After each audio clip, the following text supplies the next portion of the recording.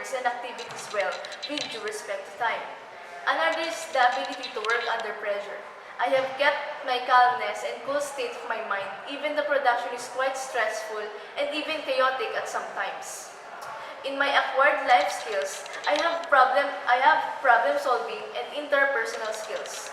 Problem solving skills that I have acquired in solving defects in the production line and interpersonal skills that I got in communicating with other people, especially with my co-workers at different departments.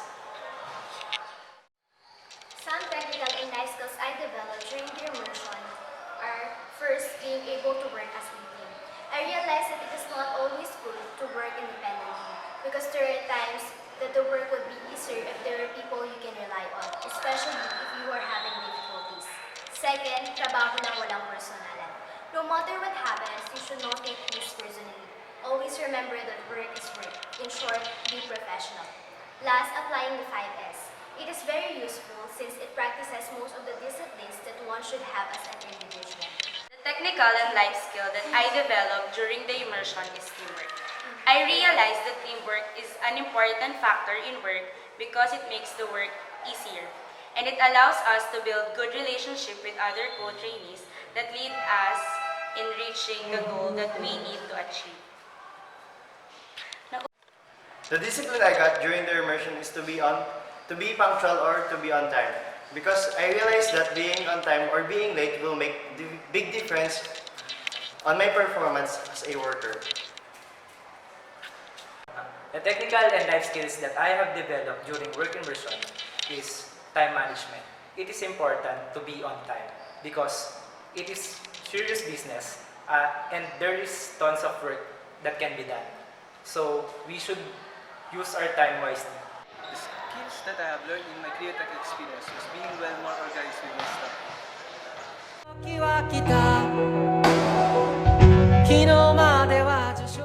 The discipline I acquired during the immersion is to not let personal things get in the way of work and always be professional.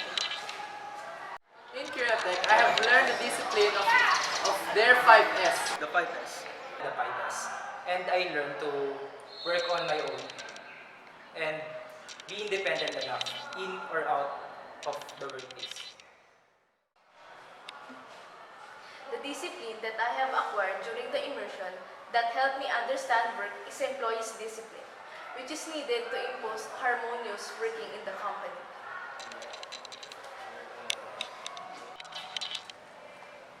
One of the disciplines that I acquired during the immersion that helped me understand work better is arriving on time. We should always consider time management. Setting priorities are always better so that you know which one is to do first. Also, it will help you minimize the time that you will consume. The discipline that I acquired during the immersion that helped me understand work is to not waste time.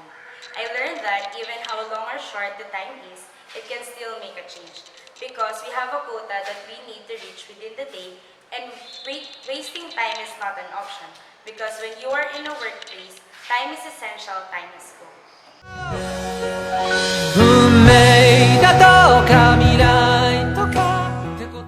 Being an immersion learner in Creotec, I had discovered my skills that helped me to have a good work habit, attitudes, and respect in work. It also helped me to become more professional that we should not include our personal feelings in work. Because in work, we always need to remember trabaho lang walang personalan. The industry immersion experience helped me out as a person by making me committed to work that promotes social skills, critical thinking and discipline, and eventually acquiring this set of traits as the span of 10 days passed by. I realized how things work around workplace and how critical it is. My experience gave me proper mindset in everything that I'm doing. My experience helped me by becoming a fully grown man, to be matured and be more responsible, to help others at all times. In Creotec, my experience was undeniably fun, and with those experiences, Creotec helped me understand the real meaning of work. My Creotec experience helped me to become more of a team player. During immersion, I realized that working is difficult. The immersion made me realize that earning money and producing a product is harder than I thought. Creotec as an immersion learner helped me become more considerate, patient, organized, and value-laden as a person, which is very important in work. With my immersion experience, I learned a lot, not just work-related ideas, but rather things that I can truly apply in real life. It also made me conscious and responsible to the point that I can say I am now ready to engage in a real job.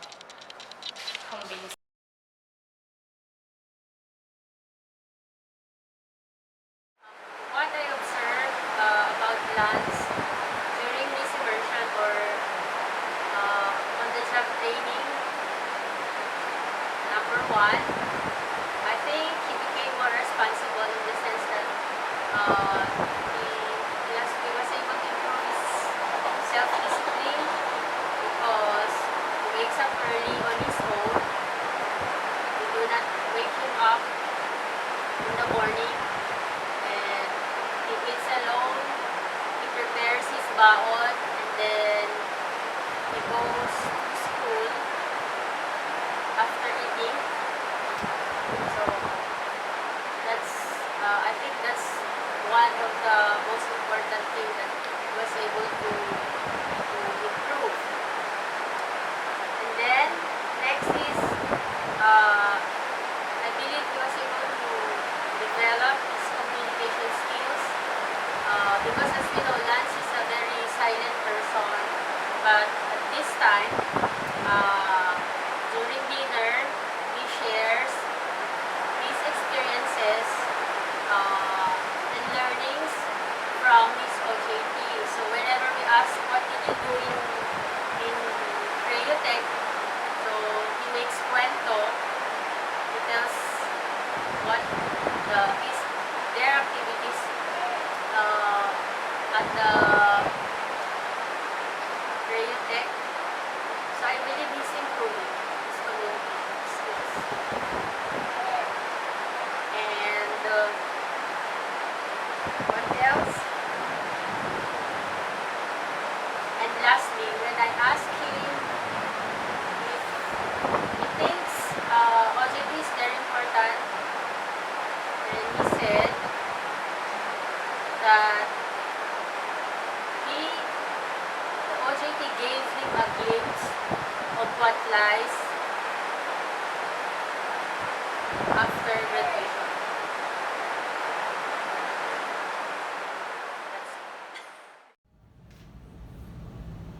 Hi, this is Angelo Gallardo. So I'm the brother of Armando Gallardo Jr. I like that he's now really consistent in waking up early because he has to be up at 4 a.m. and it actually shows respect towards his workmates and the rules at work wherein they have to report on time. I'm also really happy that he gets to experience working in an actual company. This is really important as this will help him decide on what he will take up in college, and also this gives him a glimpse of what it's really like out there working in the real world. And more importantly, I can see that he's having fun based on the stories that he shared to me so far in his 2 weeks of immersion. Ang napansin ko na improvement sa kanyang sa start na kanyang immersion ay ang kanyang maagang pagtulog at maagang pagising at kasabay ng kanyang ng mabilis na pagkilos para sa paghabol ng kanyang shuttle van. At dahil sa 5S worksheet na assignment niya araw-araw ay natutunan din niya mag-ayos ng gamit sa bahay araw-araw. At natuto siya makisalamuha sa iba't ibang tao outside the school premises at mag-behave katulad ng isang tunay na empleyado. Magandang araw sa inyong lahat. Ako po yung tatay ni Edriel Estelloso. Sa 2 linggo niyang pag-OJT sa Laguna Technopark, napapansin namin na yung aming anak ay talagang gumigising ng maaga na hindi naman karaniwang ginagawa. So, nagpapa-alarm na siya ng maagang-maaga, alas 4 pa lang, gising na. So, hindi normal sa kanya yon.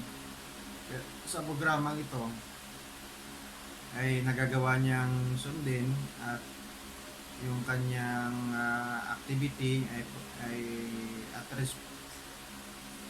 responsibilidad na gumising ng umaga para pumasok ay sa loob ng 2 linggo ay ito'y nasusustain niya. At minsan na pagdating sa bahay may mga feedback siya regarding sa anumang kanyang mga ginagawa sa loob ng kumpanya. Bilang isang galing din sa isang kumpanya na naging production din na nakaranas, lahat ng mga kanyang kinukwento ay sadyang nakaka-relate din ako dahil yun ay aming naranasan din sa loob ng production area. So ang kanyang mga kinukwento at mga unti-unting natutunan sa loob ay sa kabila po ay malawak po ang aking naiintindi. So kung ano man yung mga ginagawa niya sa loob ay akin ding binibigyan ng payo dahil yun ay naman nasasabi ko sa kanya na yung karanasan na nararanasan niya ngayon ay sadyang yung praktikal na trabaho, praktikal na hanap buhay, at praktikal na kung paano makipagsalamuha sa ibang tao. So kami po ay naging masayang pamilya kasi ang aming anak na panganay ay patuloy ng nakakaranas ng mga ganyang experience na bilang bata pa nakaka-experience na siya ng mga ganong actual na kung anong nangyayari sa production floor. At kami naman po ay nagpapasalamat dahil may mga programa pong ganito na nagbibigay ng kabuksan ng isipan ng mga bata para